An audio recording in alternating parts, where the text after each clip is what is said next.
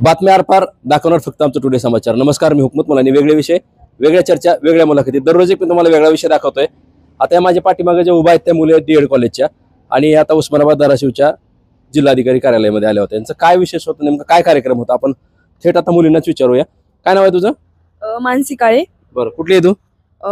इथंच राहते हॉस्टेलला. बरं, काय होता कार्यक्रम आज इथं? जागतिक ग्राहक दिन होता, जो जनजागृतीसाठी घेतलेला गेलेला होता. बरं. त्याच्यामध्ये आम्हाला सांगण्यात आलं की आपण जर एखादी वस्तू प्रोडक्ट विकत घेतोय तर आपण ग्राहक म्हणून त्याच्याशी कशी डील केली पाहिजे किंवा मग काय काय गोष्टींची काळजी घेतली पाहिजे, त्या गोष्टीमध्ये कोणकोणत्या गोष्टी इन्व्हॉल्व आहेत, त्याची आधी एखादी प्रोडक्ट विकत घेताना त्याच्याबद्दलची माहिती काढली पाहिजे.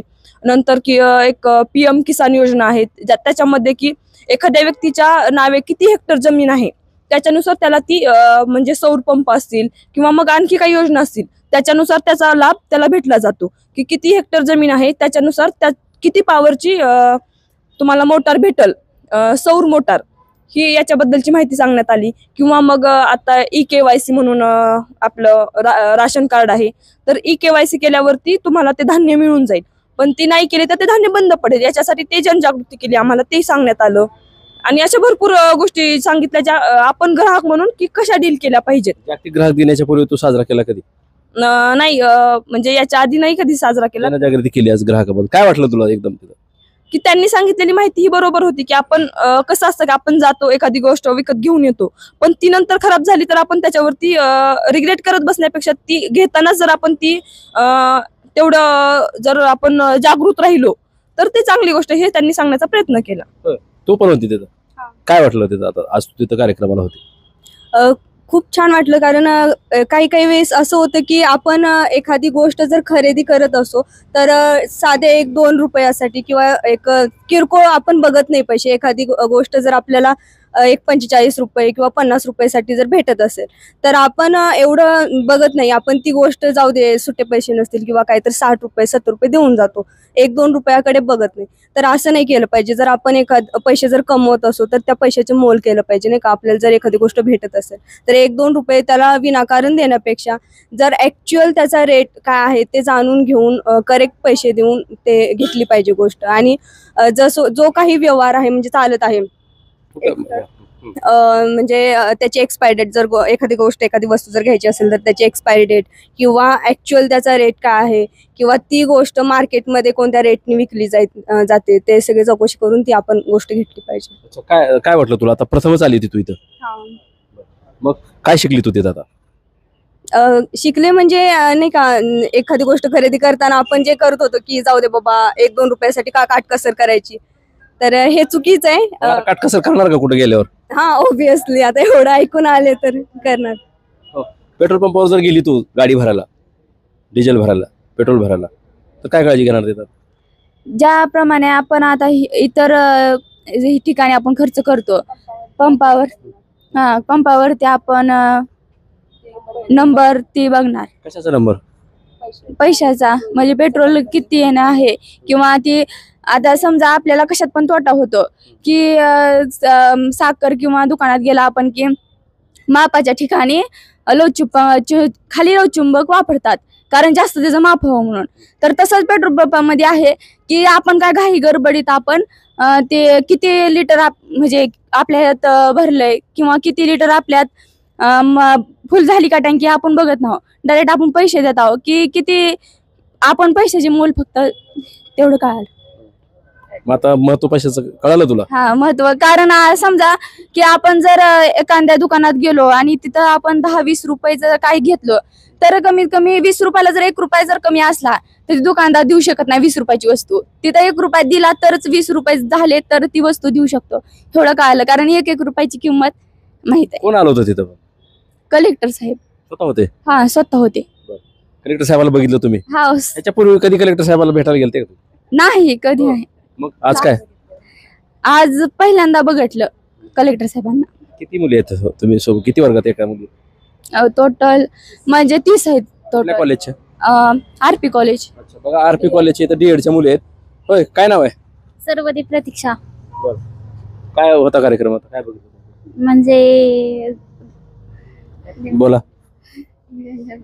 तुम्हाला बोलायचं नाही? मुख्य आहेत का? बोला. आता तिथे कार्यक्रम होता, कलेक्टर साहेबांनी ग्राहक दिन होता आज, मग तुम्हाला जनजागृती व्हावी म्हणून बोलवलं होतं तिथं, बरोबर आहे? जिल्हाधिकारी साहेब होते, इतर दुसरे मार्गदर्शक तिथं कोणी होते का?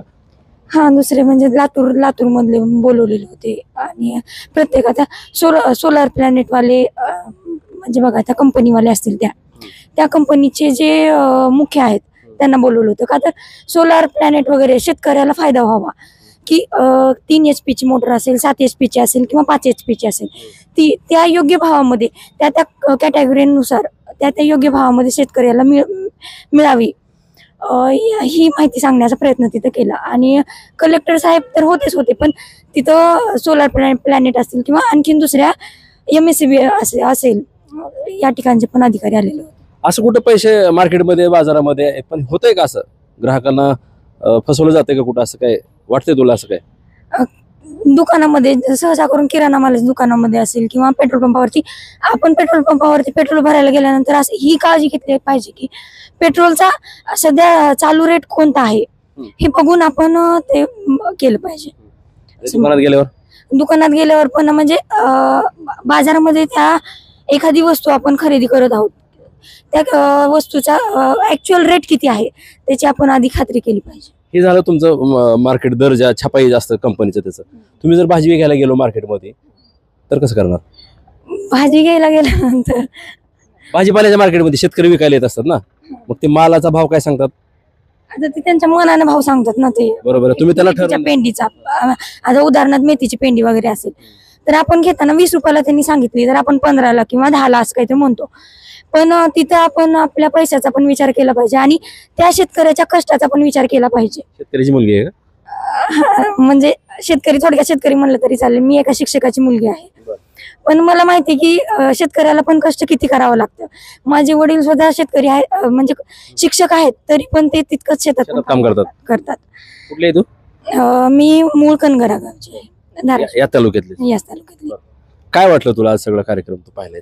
म्हणजे आता या कार्यक्रमामध्ये ग्राहक जनजागृती दिन साजरा करण्यासाठी आलो होतो. इथं हे केलं की म्हणजे पैशाचं मोल आपण जपलं पाहिजे, पण त्याचबरोबर आता दुकानदार असतील किंवा काय इतर ठिकाणचं सोडा, पण दुकानात पैशाचं मोल जपलंच पाहिजे, पण त्याचबरोबर शेतकऱ्याच्या कष्टाचं मोल सुद्धा केलं पाहिजे. धन्यवाद, छान बोलली मुलगी. काय नाव आहे तुझं? वाघमारे गौरी श्रीमंत. आज ग्राहक जनजागृती दिन होता सर. तिथं वेगवेगळी माहिती सांगितली. बरं, ह्याच्या अगोदर तुम्ही कधी आले होते इथं? आले होते सर. कधी? गेल्या वेळेस कोणता तरी कार्यक्रम होता त्यावेळेस बोलवलं होतं, त्यावेळेस पण आलो होतो. मग आज हो तू आलते? हो, कुठून आली? इथे धाराशिव. मग आता काय वाटलं तुला हा कार्यक्रम सगळा बघितला तू? आता हे सांगतात की वेगवेगळ्या मुली बोलल्या, तुझी काय प्रतिक्रिया असेल? हा कार्यक्रमामधून बरीचशी माहिती मिळाली. तर तुला वेगळी काय माहिती मिळेल त्यांच्यापेक्षा? ह्यांच्यापेक्षा म्हणजे वेगळी अशी ग्राहक म्हणून आपले काय हक्क आहेत ते त्यांनी समजावून सांगितले. परत ग्राहक म्हणून आपण कसे जागृत राहिले पाहिजे ते सांगितले. लाईटचं मीटर बिल आलं तर बघणार का नाही? बिल बघणार जेवढं आलं तेवढं भरायचं. आधी मीटर मध्ये लाईटचं मीटर बिल जर तुला आलं, बिल हातात असतं त्याचं, बरोबर आहे, मग तू काय काळजी घेणार ती भरताना?